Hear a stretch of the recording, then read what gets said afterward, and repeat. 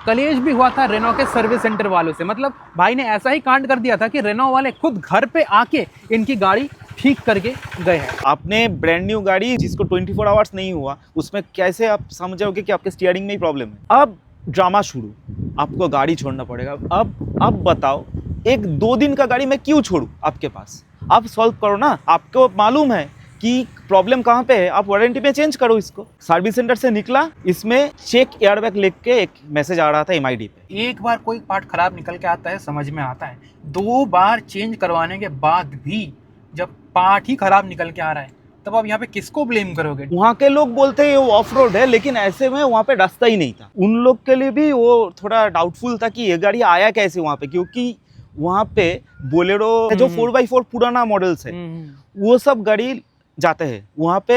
ये क्या वैगनर भी कभी नहीं देखा उन लोग ने। हमारे जो एरिया है उसके 4 किलोमीटर रेडियस में 4 या 5 मारुति का आउटलेट है, और रेनो का 20 किलोमीटर रेडियस में एक है। एक गाड़ी जो 6 लाख पड़ रहा है उसमें आपको TPMS भी मिल रहा है, और ऑल्टो में आपको पीछे पावर विंडो भी नहीं है, वो पुराना वाला वो घुमाने वाला विंडो है।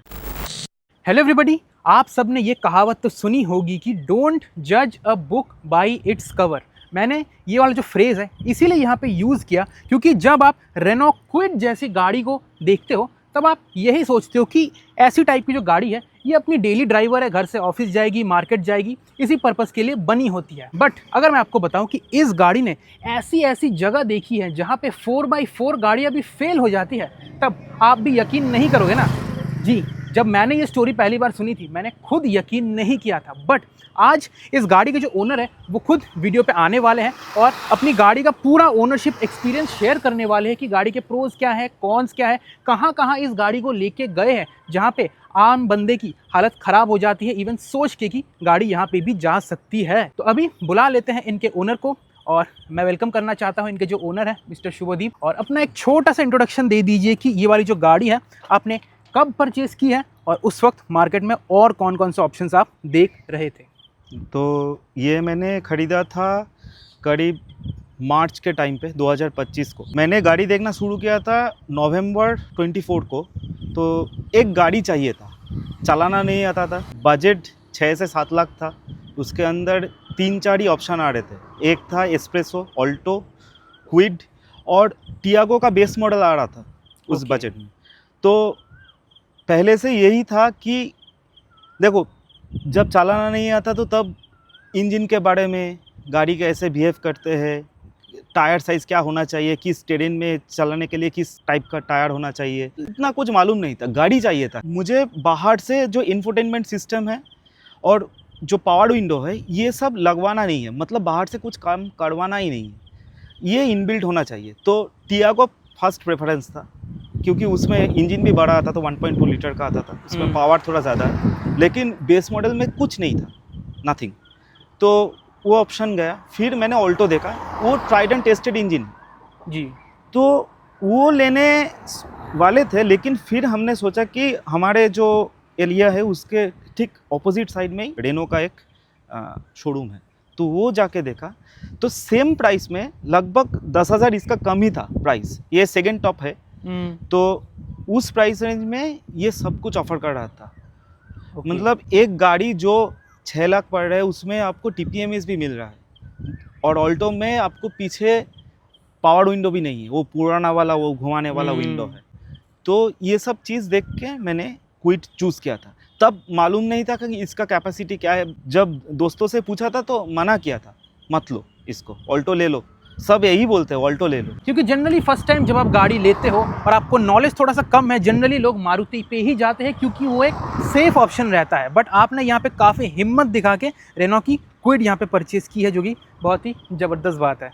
जी। तो क्विड पहले सब ने यही बोला था कि ये सर्विस सेंटर का दिक्कत होगा, क्योंकि सर्विस बहुत कम है। मारुति हमारे जो एरिया है उसके 4 किलोमीटर रेडियस में 4 या 5 मारुति का आउटलेट है, और रेनो का 20 किलोमीटर रेडियस में एक है। पूरा कोलकाता में 3 सर्विस सेंटर है, तो ये एक दिक्कत है।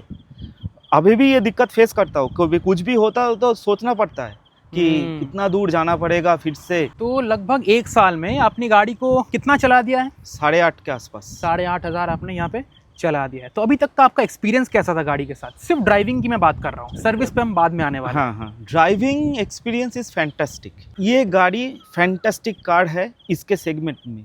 मतलब मेरा मानना है अगर आपको चलाना आता है तो आप किसी भी गाड़ी को लेके कहीं पर भी जा सकते हो।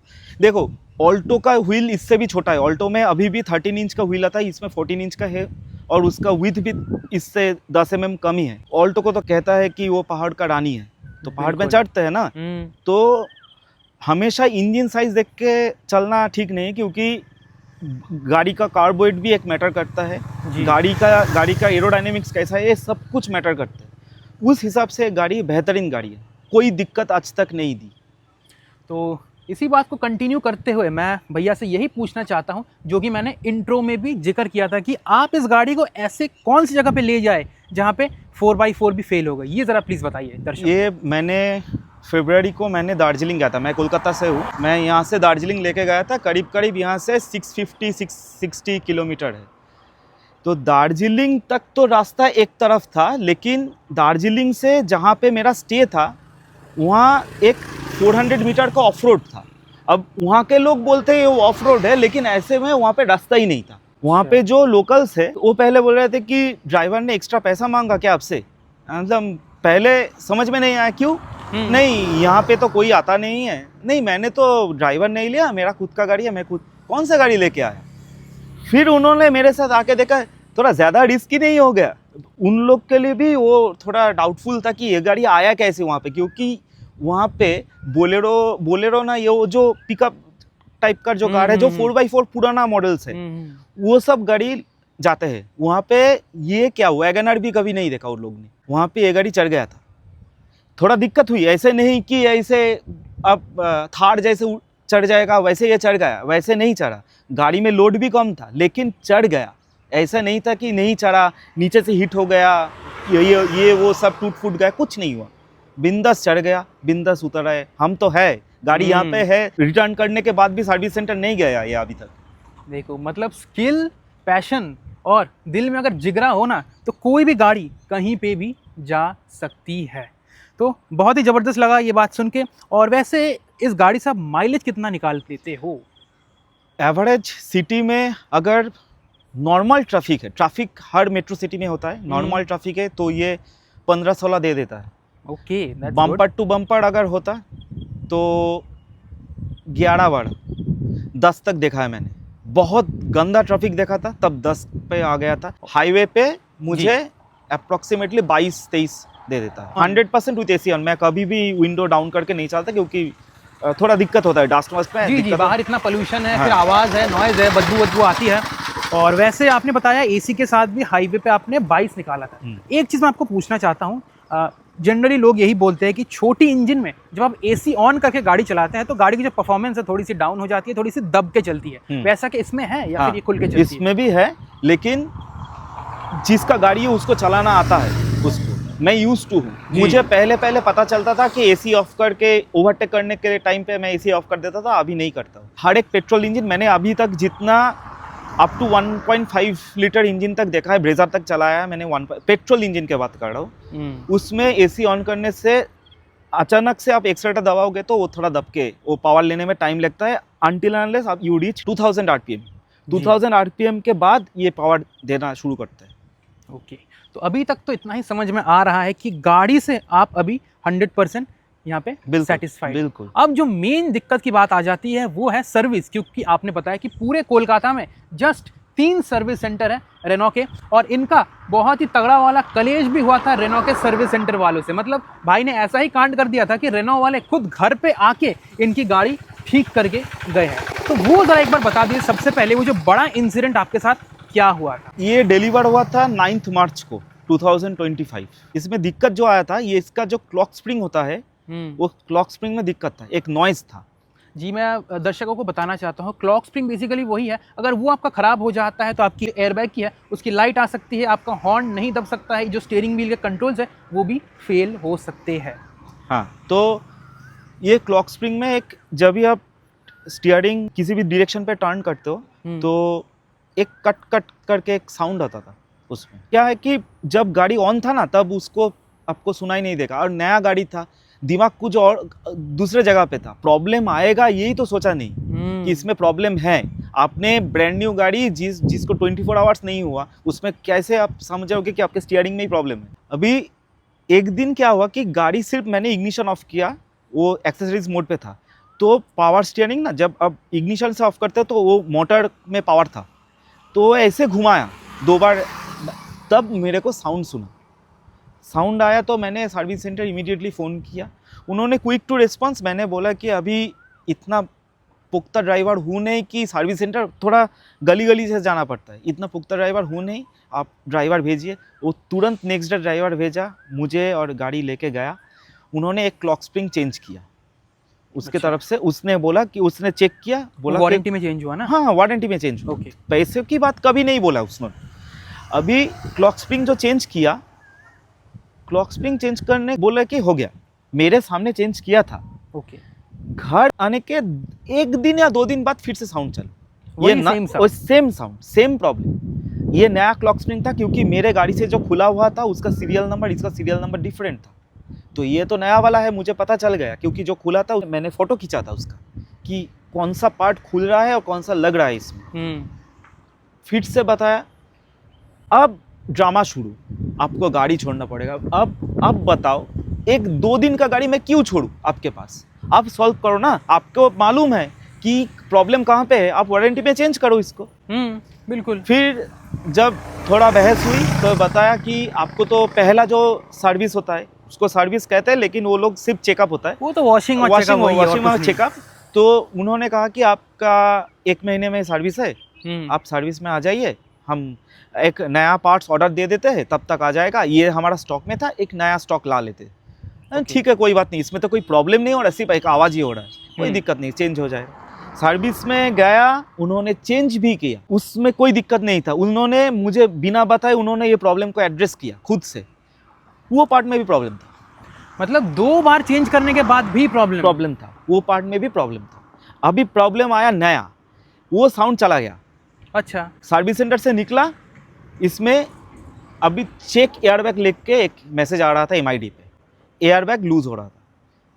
इमीडिएटली नेक्स्ट डे फिर से गया मैंने, घर आते वक्त हुआ, शाम हो गया था। सर्विस सेंटर को तो आपको तो पता ही है, जाने पे 4 घंटे के नीचे कुछ नहीं होता। नहीं। तो रिटर्न आया, रिटर्न आने के नेक्स्ट डे गया, फिर से एक कहानी, आपको गाड़ी छोड़ना पड़ेगा। किस चीज़ के लिए?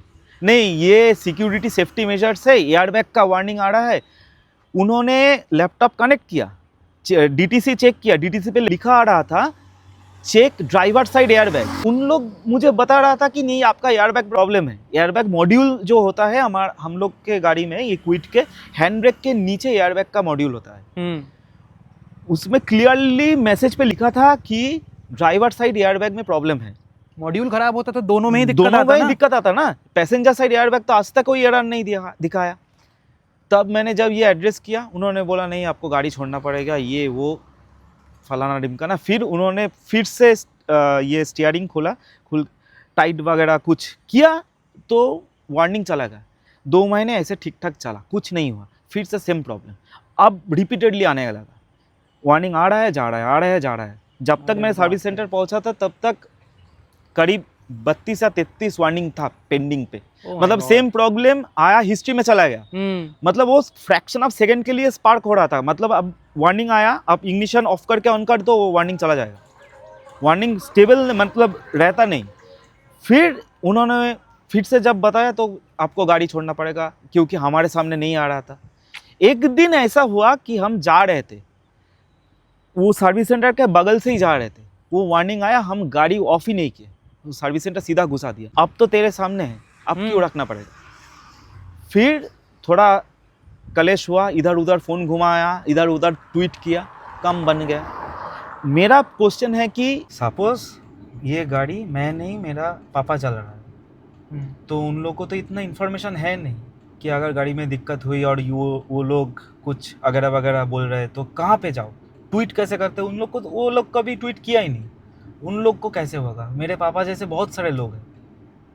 तो ये चीज़ में थोड़ा ध्यान रखना चाहिए था ये तो बिल्कुल आपने सही बात बोला, क्योंकि हर बंदा हर एक छोटी दिक्कत के लिए इधर उधर ट्वीट करना, इधर उधर फ़ोन करना, ये प्रैक्टिकल नहीं है ना। आप Exactly. नॉर्मली सर्विस सेंटर जाओगे, आप एक्सपेक्ट करते हो वहीं पे आपको सोल्यूशन मिल जाएगा, वहीं से आप सेटिस्फाइड होके निकलोगे। हर दिन का क्या ही ये ट्वीट करना और ट्वीट के पीछे पड़े रहना, ये तो रियल लाइफ में ये सब चीज़ें प्रैक्टिकल नहीं है।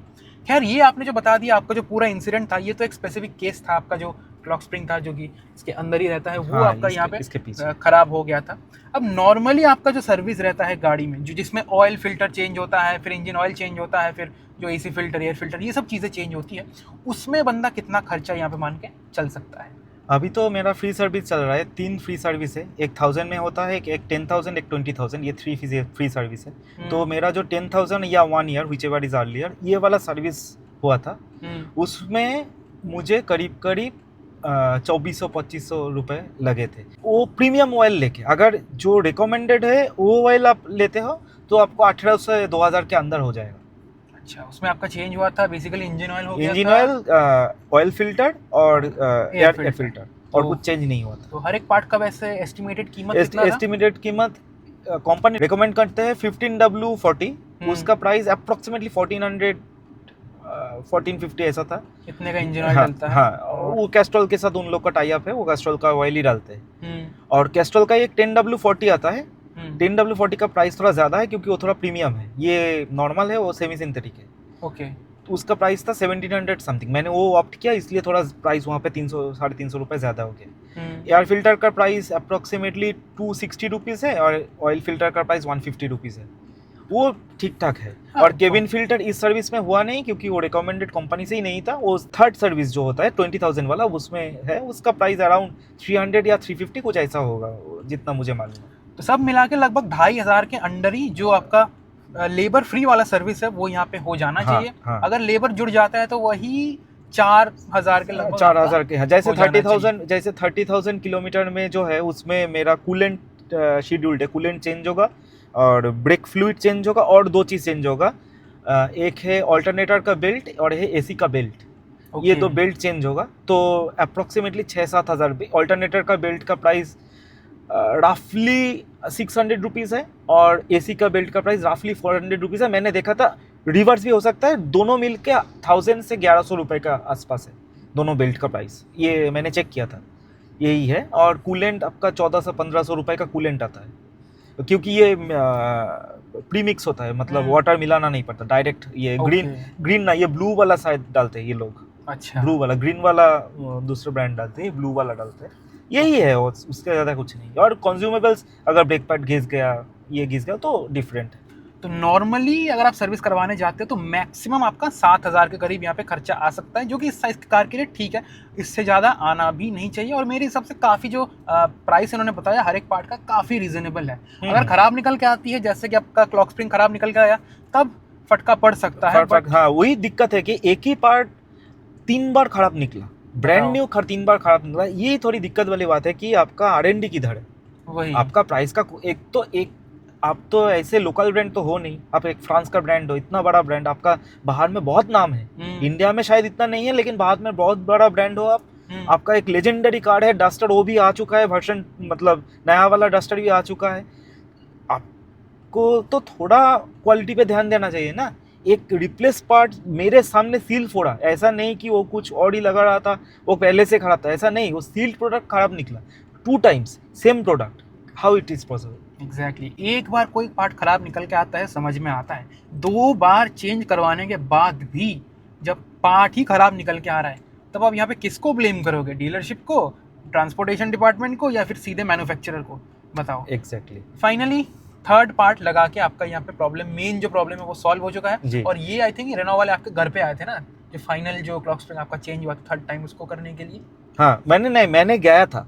मैंने गया था, वो लोग घर पे आए थे देखने के लिए, क्योंकि कुछ चीज़ है जो वहाँ पे ही होना ठीक है। ओके।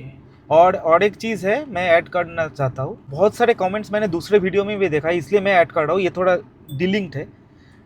ये गाड़ी का ऑयल चेम्बर प्लास्टिक का बना हुआ है, लोग ये बहुत कमेंट करते हैं कि ये प्लास्टिक का है, मत लो, ये हो जाएगा, वो जो हो जाएगा। मैंने एक बंगाली यूट्यूबर को देखा, वो बहुत गाली दे रहे थे, वो हिंदी में भी बोलता है, बंगाली में भी बोलता है, ये दोनों का उसका चैनल है। Now problem is it doesn't make any sense. आपका ऑयल पैन वैसे हीट नहीं होता। मैंने बहुत सारे डिफ़िकल्ट टेरेन्स पे चला चुका हूँ, कुछ नहीं होता, आज तक हिट नहीं हुआ। मैंने जहाँ जहाँ पे चलाया है 99% लोग वहाँ पे ये गाड़ी लेके जाएंगे ही नहीं। तो वैसे कुछ नहीं होता, ऐसा नहीं है आपका ऑयल पेन अगर मेटल का है तो वो टूटेगा नहीं। मेरे पास बहुत सारे ऐसे एविडेंस है कि मेटल का ऑयल पेन भी टूट गए। अगर टूटना है, अगर आप रफ ड्राइविंग करते हो तो कुछ भी टूट सकता है, वैसे Right. नहीं है। आपका तो गाड़ी का बॉडी तो मेटल का है, आप ठोकने से वो नहीं दबता है क्या? Exactly. वो भी तो टूटता है, वो थोड़ी प्लास्टिक का है, बॉडी तो मेटल का ही होता है। अब 20-40 स्पीड में आप एक लैंप पोस्ट में मार के दिखाओ तो वो टूटता है ना? नहीं टूटता है। कंपनी जब कुछ चीज देती है ना, कंपनी अपना दिमाग लगा के R&D पूरा हाँ टेस्टिंग करके ही है, देती मैं मानता है। हूँ ये कॉस्ट कटिंग ही है, लेकिन कॉस्ट कटिंग ऐसा नहीं है कि आप बीच रास्ते में आपका ऑयल निकल जाएगा, ऐसा जी। वाला कॉस्ट कटिंग नहीं है। वही, तो यही था एक ownership experience of the Renault Kwid. आप लोग बताओ आपको ये वाला वीडियो कैसा लगा, और जिस प्रकार का प्रॉब्लम इन्होंने फेस किया है, ऐसा सेम टाइप का प्रॉब्लम आपने भी अपनी क्विड या फिर किसी भी गाड़ी में फेस किया है या फिर नहीं, ये भी बता देना। प्लस अगर कोलकाता से ये वाला वीडियो देख रहे हो और आप भी रेनो की नॉट जस्ट क्विड कोई भी कार ओन करते हो, तो आपका कोलकाता में रेनो के साथ सर्विस एक्सपीरियंस कैसा है, ये भी आप कॉमेंट में शेयर कर सकते हो। तो यही था वीडियो अगर आपको पसंद आया, वीडियो को एक लाइक डेफिनेटली कर देना। पसंद नहीं आया डिसलाइक भी कर सकते हो। इतना तक अगर आपने वीडियो देख लिया है, thanks for watching and signing off.